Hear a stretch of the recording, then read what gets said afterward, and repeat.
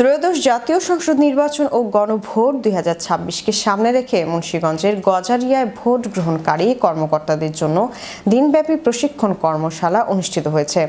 আজ গজারিয়া উপজেলা পরিষদ মিলনায়তনে আয়োজিত এই প্রশিক্ষণ কর্মশালায় প্রধান অতিথি হিসেবে উপস্থিত ছিলেন মুন্সিগঞ্জের জেলা প্রশাসক ও বিজ্ঞ জেলা ম্যাজিস্ট্রেট এবং ত্রয়োদশ জাতীয় সংসদ নির্বাচন ও গণভোট 2026-এর রিটার্নিং অফিসার সৈয়দা নূর মহল আশরাফি।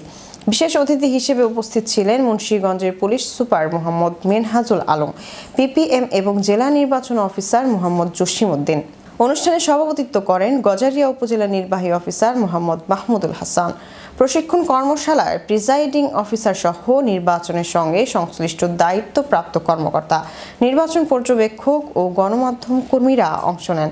কর্মশালায় সুষ্ঠু, অবাধ ও নিরপেক্ষ নির্বাচন নিশ্চিত করতে ভোট গ্রহণ প্রক্রিয়া, আইন শৃঙ্খলা রক্ষা এবং দায়িত্ব পালনের বিষয়ে বিস্তারিত দিক নির্দেশনা দেওয়া হয়।